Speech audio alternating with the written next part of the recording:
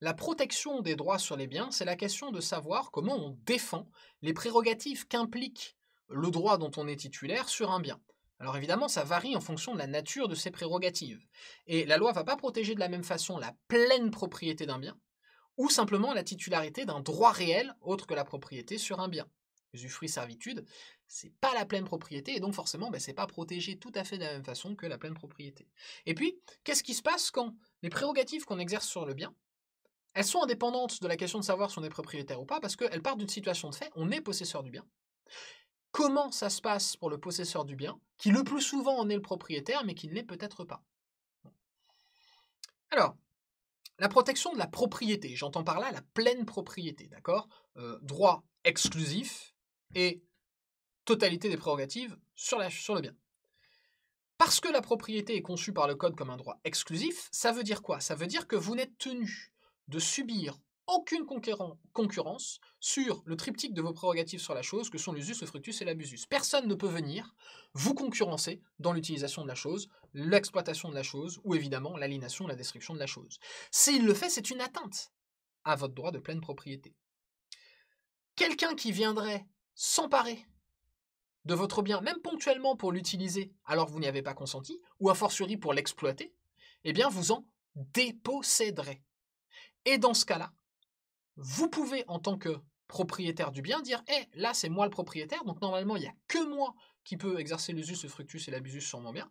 Quelqu'un est en train de me déposséder d'une de mes prérogatives sur un bien, c'est-à-dire qu'il l'exerce factuellement à ma place. » La possession, c'est une notion factuelle d'exercice des prérogatives, indépendamment de la question de savoir si on est titulaire. Est-ce que je suis titulaire de l'usus, du fructus et de l'abusus? C'est la question de savoir si j'ai la qualité de propriétaire. Est-ce que j'exerce l'usus, le fructus ou l'abusus? C'est la question de savoir si je possède mon bien. Bon. Bien ici, quelqu'un cherche justement à vous en déposséder, et vous allez derrière revendiquer la qualité de propriétaire en justice pour en déduire l'exclusivité des prérogatives sur la chose, et donc forcer l'adversaire à vous restituer la possession, ou le cas échéant, à vous indemniser pour la dépossession ponctuelle de votre bien qu'il a réalisé. Bon. Et parce que la pleine propriété est un droit imprescriptible, l'action en revendication, ça ne résulte pas expressément du Code civil, mais ça a été réaffirmé à de nombreuses reprises par la jurisprudence, l'action en revendication de la pleine propriété d'un bien, c'est-à-dire la défense des prérogatives de pleine propriété d'un bien par celui qui se prétend propriétaire, est une action en justice imprescriptible.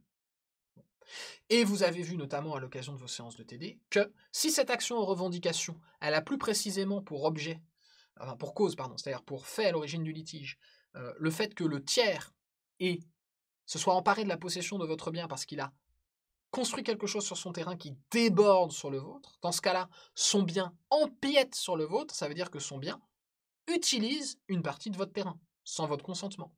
Dans ce cas-là, votre action en revendication, elle prendra la forme, c'est-à-dire qu'elle aura pour objet une demande de suppression de l'empiètement. Je veux être rétabli dans mes pleines prérogatives sur le bien. Là, en l'occurrence, si je veux utiliser cette partie de mon terrain, je ne peux pas parce qu'il en occupe l'espace avec la construction qu'il a partiellement érigée sur mon terrain. J'insiste sur le partiellement parce que si quelqu'un construit intégralement chez vous, c'est l'accession qui régit cette situation.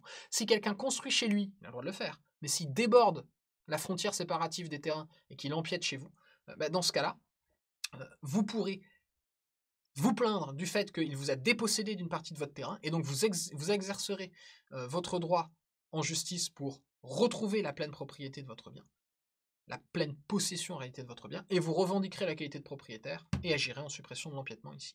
Alors vous n'êtes pas obligé d'agir en suppression de l'empiètement, l'action en revendication, c'est toute défense des prérogatives normalement dévolues à un propriétaire par celui qui se prétend propriétaire du bien. Donc peut-être que carrément on vous a complètement dépossédé d'un bien parce qu'on vous l'a enlevé. Ça, ce serait le cas d'un bien meuble par exemple. Dans ce cas-là, vous en gérez à revendication du meuble en disant j'en suis le plein propriétaire, là je suis privé de toutes les utilités de ma chose, usus, fructus, abusus sont complètement disparus parce que le bien est entièrement en possession d'autrui. Donc j'agis en revendication de ce bien.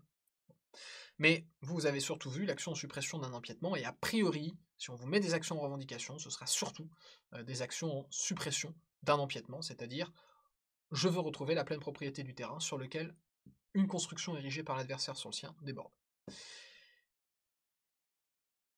À titre préventif, évidemment pour éviter les empiètements, vous savez que le propriétaire a le droit de matérialiser son chez-lui en clôturant son terrain. C'est le droit de se clore. À défaut de matérialiser par une clôture, une haie, la limite séparative entre son terrain et le terrain du voisin, il peut exiger, soit amicalement, soit carrément en justice, le bornage des terrains. Alors les bornes, c'est des limites qui ne sont pas matérialisées par une construction, mais qui vont être simplement matérialisées peut-être par deux poteaux, et on imagine qu'entre les deux poteaux, il y a une ligne ou un mur transparent, en quelque sorte, qui va séparer les deux terrains. Alors soit ce mur, vous le construisez, dans ce cas-là, c'est une clôture, ou vous mettez des arbres qui représentent ce mur, c'est pareil, c'est une clôture, donc c'est le droit de se clore. Soit, ça vous pouvez le faire tout seul de votre côté, tant que vous n'empiétez pas sur le terrain du voisin, justement, vous pouvez vous clore librement. Mais sinon, vous pouvez vous dire, bah, je n'ai pas envie de construire quelque chose, mais par contre, je veux qu'on sache précisément où commence mon terrain, où s'arrête celui du voisin, et donc on va le borner. On va mettre deux poteaux, par exemple, et la ligne droite qui séparera ces deux poteaux, eh bien, ce sera la limite séparative des deux terrains. Tout ça, c'est des prérogatives du propriétaire pour se protéger et anticiper, justement, d'éventuels problèmes de dépossession d'une partie de sa propriété immobilière ici.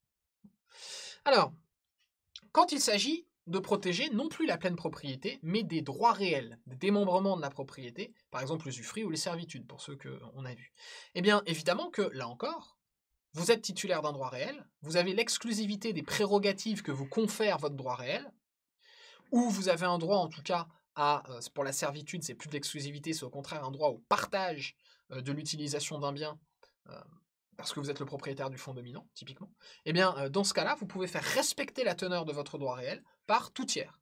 Bon. Alors évidemment, ça suppose de se référer aux détails de chaque droit, servitude, usufruit. Alors je vous ai mis droit réel de jouissance spéciale des RJS, mais peu importe, vous pouvez l'oublier, je le retirerai des slides, parce qu'il n'est pas au programme. Mais en tout cas, ce qui est important, c'est de comprendre que, attention, l'action en défense d'un droit réel autre que le droit de propriété, parce que ce n'est pas la pleine propriété, le droit réel est moins protégé que la pleine propriété, et donc l'action en défense des prérogatives que vous confère ce droit réel démembré, elle est prescriptible. Elle se prescrit par 30 ans. Et là, attention, s'il vous plaît, c'est une prescription extinctive. Ça veut dire qu'à partir du moment où vous constatez l'atteinte à votre droit réel, vous avez 30 ans pour vous manifester.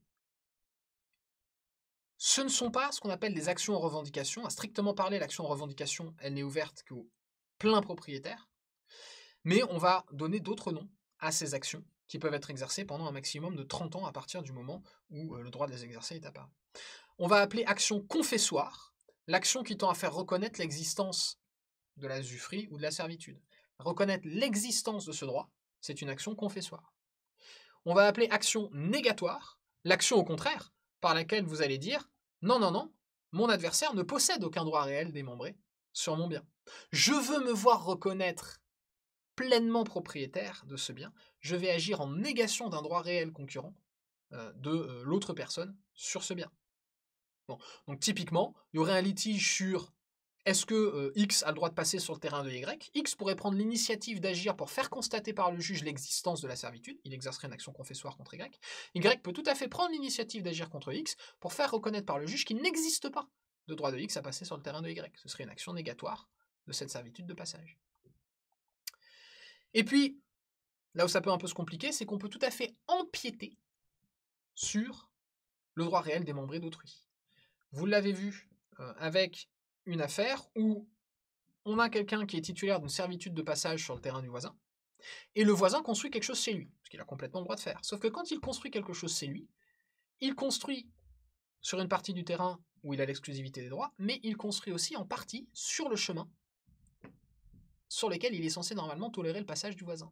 Problème, ça va réduire l'assiette, c'est-à-dire l'étendue du terrain du fonds servant, sur lequel le propriétaire du fonds dominant peut circuler librement. Et donc lui, il va dire, ah bah du coup, j'ai moins de chemin pour circuler. On a porté atteinte à mon droit de servitude en réduisant l'assiette. Je veux me voir rétabli dans la plénitude de mon droit de servitude de passage. Je veux que l'assiette de ma servitude retrouve toute sa surface. Il a agi en justice pour mettre fin à l'empiètement sur sa servitude. Mais vous savez que, alors que quand vous êtes plein propriétaire et que vous agissez en suppression de la partie du bien du voisin qui empiète sur votre terrain, vous avez le droit de faire supprimer cet empiètement. C'est un droit absolu le voisin ne pourra vous opposer aucun moyen de défense, autre que contester votre qualité de propriétaire, évidemment, et notamment pas le fait que, par exemple, ce que vous êtes en train de lui demander de démolir, c'est sa maison d'habitation, et que du coup, il se retrouvera à la rue. Or, il a un droit fondamental au logement, qui fait que bah, ce serait en quelque sorte une atteinte à ce droit fondamental de l'obliger à démolir sa résidence. Donc, il va derrière vous opposer ce droit. Mais la Cour de cassation fera toujours, dans ce cas, primer la pleine propriété, et donnera raison à celui qui demande la démolition de l'empiètement.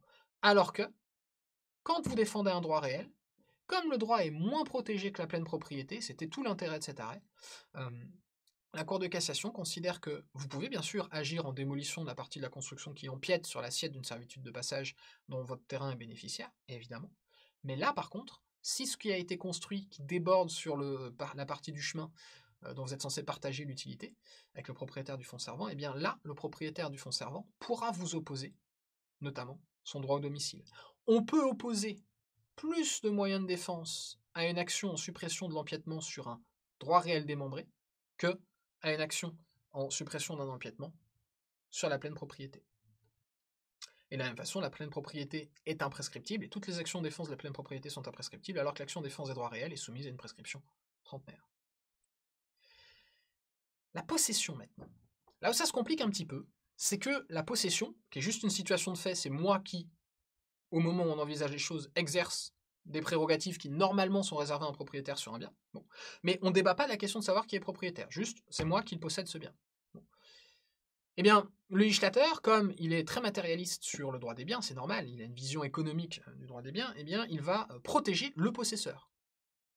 Alors évidemment, sous réserve que quelqu'un vienne dire « oui, mais le possesseur, en fait, est un usurpateur, il m'a dépossédé, moi, vrai propriétaire », c'est une anomalie qu'il possède. Ça, c'est à charge pour quelqu'un qui voudrait contester les droits du possesseur, de contester sa qualité de propriétaire. Mais normalement, quand vous êtes possesseur, le gros avantage, c'est que c'est jamais à vous d'établir que vous possédez parce que vous êtes propriétaire. On ne se posera même pas la question de savoir si vous possédez parce que vous êtes propriétaire ou juste vous possédez parce que vous êtes emparé d'un bien. Bon. Donc toujours est-il que vous êtes possesseur, qu'il va falloir démontrer que vous possédez. Première chose, justement parce que normalement celui qui possède un bien, c'est son légitime propriétaire, vous possédez, on présume que vous êtes possesseur. Ce que je vous ai dit, règle de charge de la preuve, ce ne sera jamais au possesseur de démontrer sa qualité de propriétaire, ce seront toujours à quelqu'un d'autre de contester le fait que, malgré qu'il soit possesseur, il n'est pas propriétaire. Et puis, surtout, vous pouvez défendre votre possession. Comme le débat sur la qualité de propriétaire, c'est un débat toujours aléatoire, parce que comme je vous l'ai dit, sauf si vous avez la chance d'être devenu propriétaire par un mode originaire d'acquisition de la propriété, si tout ce que vous avez entre les mains pour prouver votre qualité de propriétaire, c'est un titre, mieux vaut pas en parler. C'est pas quelque chose de très solide. Et le législateur se dit, j'ai bien compris ça, donc je vais considérer que tant que la qualité de propriétaire n'est pas en débat, et le possesseur ne la mettra jamais en débat spontanément, puisqu'il est présumé être propriétaire, on va simplement se dire, ok, de la situation de fait, vous possédez un bien, il va en découler certains droits à protéger cette situation de fait de possession. En tant que possesseur, vous pouvez défendre le simple fait que c'est vous qui avez la maîtrise de la chose. Vous exercez l'usus et le fructus sur la chose, très bien. On va protéger le fait que vous exerciez l'usus et le fructus pour vous permettre de continuer à les exercer. Alors concrètement, comment vous ferez ? Vous agirez en référé conservatoire pour empêcher quelqu'un de porter atteinte à vos prérogatives de possesseur, ou bien, si le cas échéant, vous agirez en référé pour cessation du trouble manifestement illicite si l'atteinte est déjà réalisée. Bon.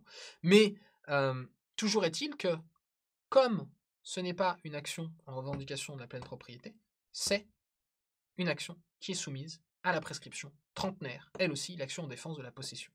D'accord ? Concrètement, ce sera un référé conservatoire ou le référé cessation du trouble manifestement illicite. Avant, il y avait des actions spécifiques aux possesseurs, qu'on appelait les actions possessoires, mais elles ont été supprimées par le code. On en a fini sur ce thème de la protection des droits sur les biens. Je sais que c'est un peu compliqué. Prenez le temps encore de bien y réfléchir parce que, comme souvent en droit des biens, c'est très logique. C'est indispensable de tout maîtriser pour un cas pratique, mais ça demande de s'investir intellectuellement là-dedans pour essayer de bien comprendre la logique des textes. On s'en tient là pour ce thème et la prochaine vidéo sera consacrée aux limites des droits sur les biens.